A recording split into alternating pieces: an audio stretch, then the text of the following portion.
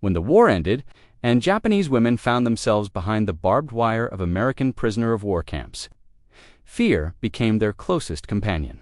They had been raised in a world of propaganda, a world where Americans were monsters, where foreign soldiers were savages who would destroy their honor. But within that fear, there was another layer of horror, the fear of the unknown, especially when they first heard of the Black American soldiers who guarded some of the camps. To them, the idea was alien.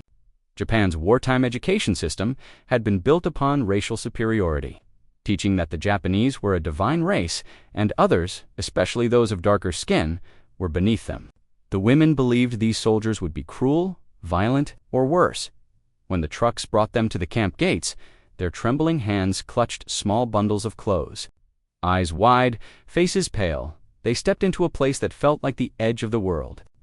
On the other side of the fence, tall black soldiers stood in silence, their dark uniforms glinting in the sunlight.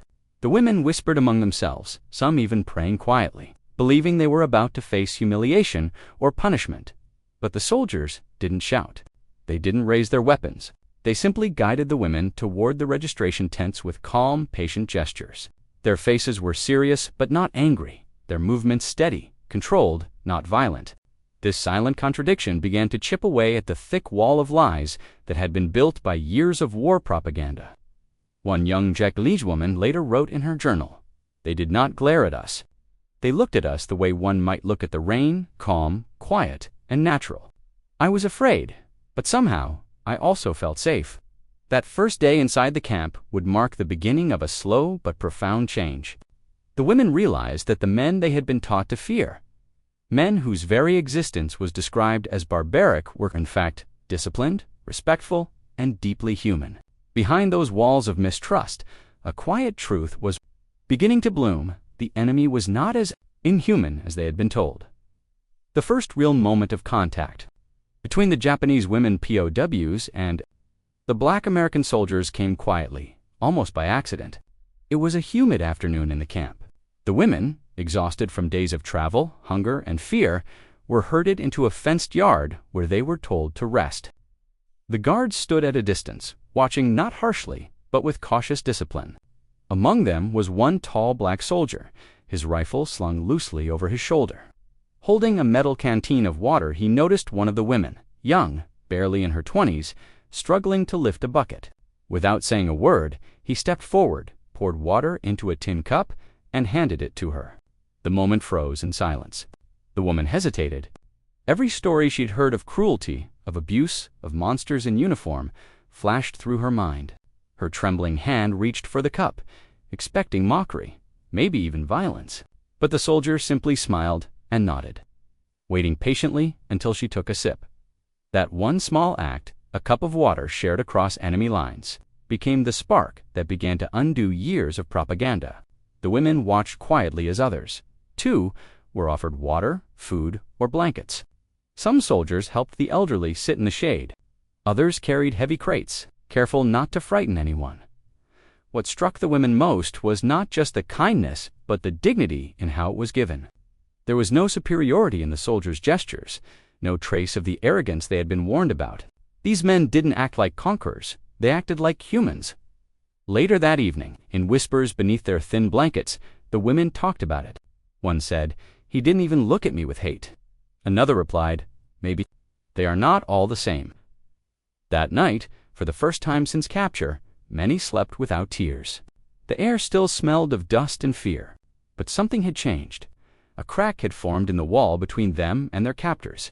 This single encounter, so ordinary in appearance, was extraordinary in meaning. It was proof that compassion doesn't need speeches or orders. Sometimes it only needs a silent act of kindness that speaks louder than any word ever could. In the weeks that followed, life inside the camp began to take on a strange rhythm. The Japanese women were still prisoners, watched, counted, and restricted. But the atmosphere wasn't what they had feared. Instead of the brutality they'd been warned about, they began noticing small, almost invisible gestures of kindness from the Black American soldiers who guarded them. It wasn't grand or dramatic. It was quiet, steady, and human. One morning, as the women lined up for food, the guard detail changed. A group of black soldiers took over the chow line, serving soup and bread. The Japanese women stood stiffly, unsure of how to act. But when one soldier accidentally spilled a bit of soup onto a woman's cup, he immediately apologized, bowing his head slightly, a gesture she recognized from her own culture. She blinked in confusion. That one motion, that shared understanding of respect, bridged to worlds that had never met before. Throughout the day, there were other moments. A soldier offered an old blanket to an elderly woman shivering in the cold morning wind.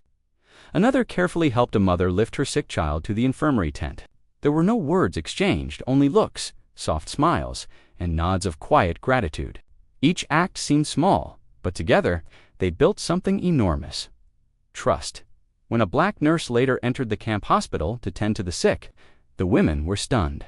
Japan had never allowed women of color to hold such respected positions. Yet here was a nurse, confident, professional, and gentle, cleaning wounds and offering medicine. She didn't look at her patients as enemies, but as people in need. That image of a woman they'd been taught to consider inferior saving Japanese lives shattered decades of cultural arrogance. At night, the women whispered among themselves about what they had seen. "They smile like us," one said. "They help like us." And for the first time, they realized that kindness was not a weakness, it was strength.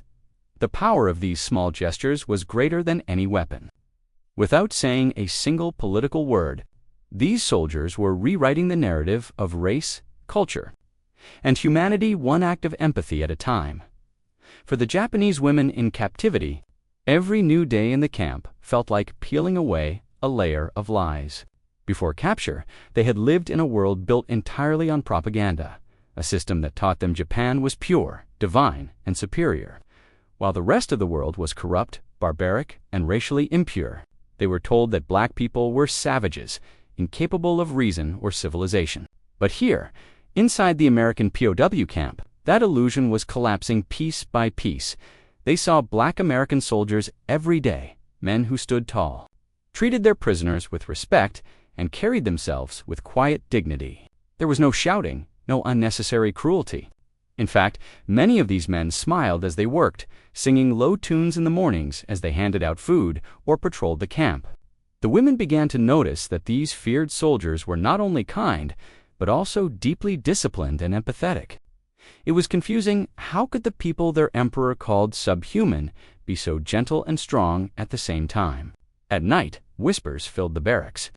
"Our teachers lied," one woman said softly. Another nodded. They said these men were monsters. But they treat us better than our officers ever did. It was a dangerous thought, but a liberating one. For the first time, they were questioning the world they had been raised in. One day, an elderly woman dropped her tray in the mess hall. The sound echoed through the silence, and she froze, expecting punishment.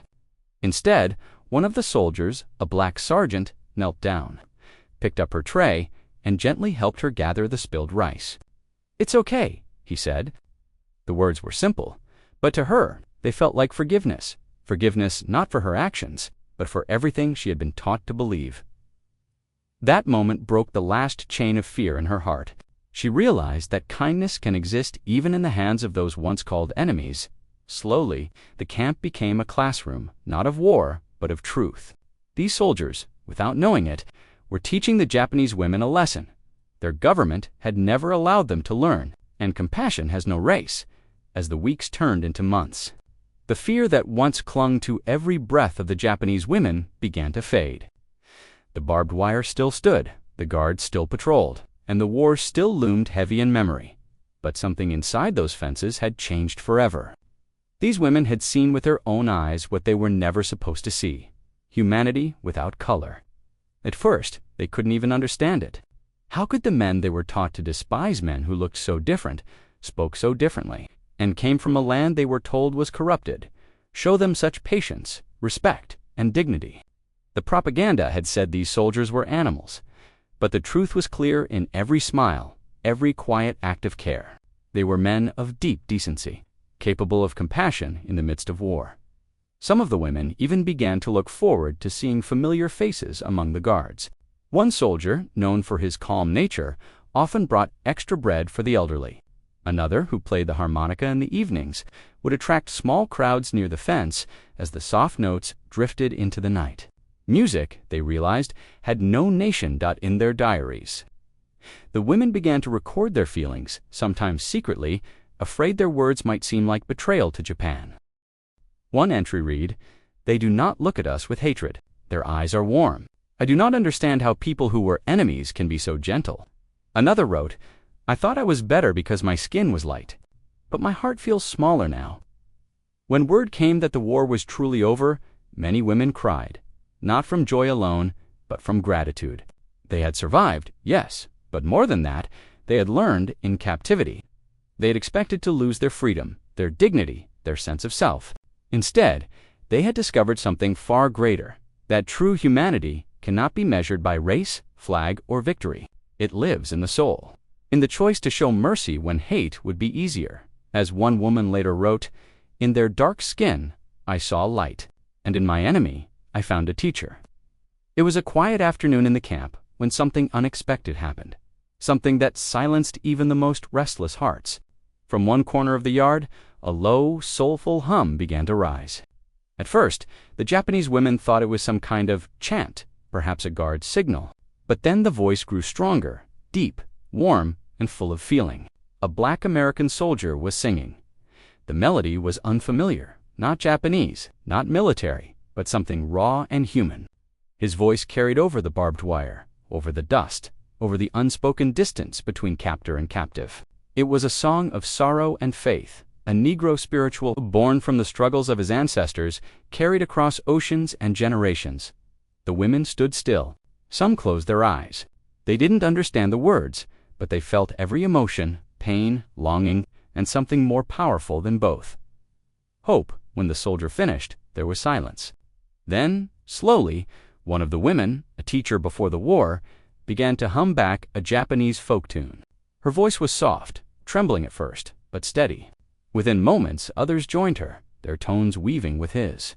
The contrast of East and West, of skin and soul, blended into something beautiful, a fragile harmony that no order, no propaganda could destroy. From that day, music became a bridge. During breaks, guards would sometimes sing together old gospel tunes, jazz melodies, even nursery songs, and the Japanese women would listen, their eyes glistening. The guards never mocked them, never raised their voices. They shared music the way people share warmth in winter. The women later wrote that those moments changed them.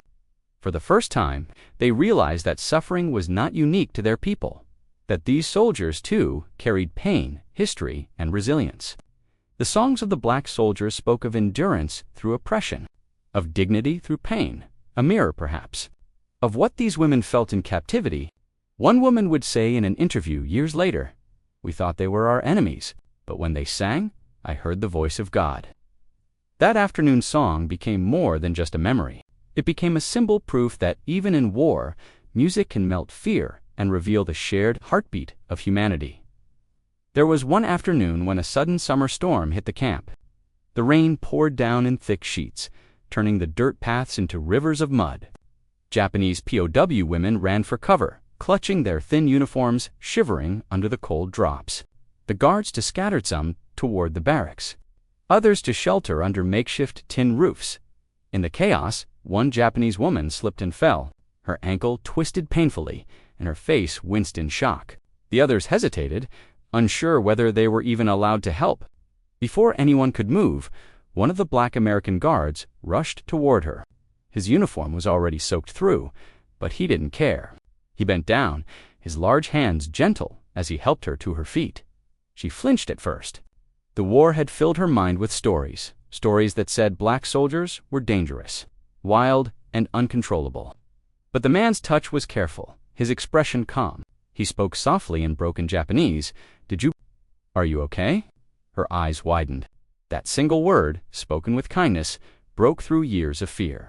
The other women watched as he lifted her slightly, carrying her to a dry spot. Then, using his own scarf, he wrapped her injured foot. It was an act so human, so simple, that it left everyone speechless. Later, when the storm passed, the same soldier returned with a small piece of chocolate, a rare treasure in those days. He didn't speak. He just placed it in her hands and walked away. The woman stared at it for a long time, tears forming in her eyes. That night, as the women sat together in their quarters, one of them whispered, "He treated me like a person." Another replied, "Maybe we were wrong about them." It was as if a mirror had been placed before them, a mirror showing compassion reflected across color, race, and war. For those women, that moment reshaped everything they'd been told. The propaganda that painted Allied soldiers as monsters now felt absurd. They began to understand that kindness had no color, and that humanity could exist even behind the face of an enemy. Years later, when that same woman told her story, she said, "He was the first person who looked at me not as a prisoner, but as someone worth helping." In that muddy, rain-soaked afternoon, compassion had won quietly, powerfully, and forever. In the weeks that followed, life inside the camp slowly took on a strange rhythm, a rhythm defined not only by rules and routines, but by the quiet exchange of humanity. The Japanese POW women began to see that not every gesture from their guards was born out of authority. Some were born out of simple kindness, offered without words, without expectation. Every morning, when the women lined up for their daily inspection, one of the Black American guards would pass by with a soft smile. He didn't speak Japanese, but he nodded gently to the older women who struggled to stand in the cold. Sometimes, when no one was watching, he'd adjust their blankets or pour them an extra cup of warm soup. It was nothing grand, but it mattered deeply. Two women who had spent years surrounded by fear, humiliation, and loss. Those tiny acts were proof that decency could survive war. One young POW woman once dropped a spoon while waiting in line for food. It clattered on the ground, and she froze, instinctively expecting punishment. But instead, the guard simply bent down, picked it up, and handed it back to her with a quiet, "It's okay." That single phrase, "It's okay," carried more warmth than any blanket could offer. It wasn't just a sentence. It was a reminder that she was still human, still worthy of care. The women began to reciprocate in small ways. Some started saying thank you in broken English. Others tried to smile back. They even began sharing bits of origami made from scraps of paper, small cranes left on tables where the guards could find them. To the soldiers, these gestures were simple, almost childish. But to the women, they were a bridge, built one piece of paper at a time. Even the sound of laughter began returning to the camp, hesitant at first, like something forbidden. The women laughed at memories, at shared stories, and sometimes even at the strange attempts of the soldiers to pronounce Japanese words. It was fragile, but it was real in those fleeting exchanges. There was no race, no victory, no defeat, only humans recognizing each other through compassion. These moments never made it into the history books, but for those who lived them, they became the most powerful memories of all. Because in war, it isn't the battles that define people, it's the small gestures that remind them they're still human. Over time, something unexpected began to form between the Japanese women and the Black American soldiers, a language without words. They could not understand each other's speech, but they learned to communicate through tone, gesture, and kindness. Respect became the silent bridge between them. At first, the women avoided eye contact. They had been taught that the enemy, especially men of a different race, were dangerous and without honor. Yet day after day, their experiences shattered that belief. The guards never mocked them, never raised their hands in anger. When the women bowed in traditional Japanese manner, the soldiers responded with a nod or a gentle hand over the heart, an instinctive sign of respect. For the first time, these women saw equality reflected in a world where they had always been told they were beneath men, beneath conquerors, beneath Westerners. Here, in a prison camp, far from home, they were treated with a dignity their own society had often denied them. Once a schoolteacher in Nagasaki began teaching a few English words in exchange for learning simple American songs. The soldiers would hum gospel tunes, and the women tried to repeat the words softly, laughing at their own mispronunciations. It wasn't about language anymore, it was about connection. The black soldiers, many of whom had faced discrimination within their own army, found something deeply healing in that connection too. They knew what it felt like to be treated as less than human. So when they looked at the Japanese women, they didn't see enemies. They saw people who were also trapped by systems, by propaganda, by war. Each respectful nod, each shared melody, each brief exchange of food or comfort was a defiance against everything war stood for. These were moments of quiet rebellion, soldiers and prisoners, proving that mutual respect could outlive hate. One woman later wrote in her diary, "He didn't speak my language, but he spoke to my heart. He looked at me like I was not invisible." Those few words captured the essence of what had grown between them, not romance, not politics, but simple, enduring human respect. In that camp, far away from the world's eyes, the Japanese women and the Black American soldiers unknowingly spoke one of the rarest languages of all, the language of shared dignity. When the war had long ended and the camps were empty, the memories of those days refused to disappear. For many of the Japanese women who had lived through captivity, the most unforgettable moments were not the hunger or the fear, but the unexpected humanity they had found in the faces of men they were taught to fear. In post-war Japan, these women returned to a nation scarred by defeat. Cities lay in ruins, families were broken, and silence covered what had happened in those camps. Many could not speak openly about their experiences. Yet, in quiet corners of memory, they carried the images of the Black American soldiers who had treated them with kindness, men who smiled, shared food, and protected their dignity when the world had taken everything else. One former POW woman, now elderly, once told her granddaughter, "They were giants, not because they were strong, but because they were gentle." Her words reflected what many of them had come to believe, that compassion, not victory, is what defines true strength. Some of those soldiers, too, never forgot. When they returned home, many faced the same racism and prejudice that had existed before the war. But within them lived the memory of Japanese women bowing with gratitude, smiling shyly as they accepted kindness. They carried those moments like fragile pieces of peace, reminders that even in war, their humanity had meant something. Decades later, historians would stumble upon letters, diaries, and faded photographs, tiny glimpses of that unspoken connection.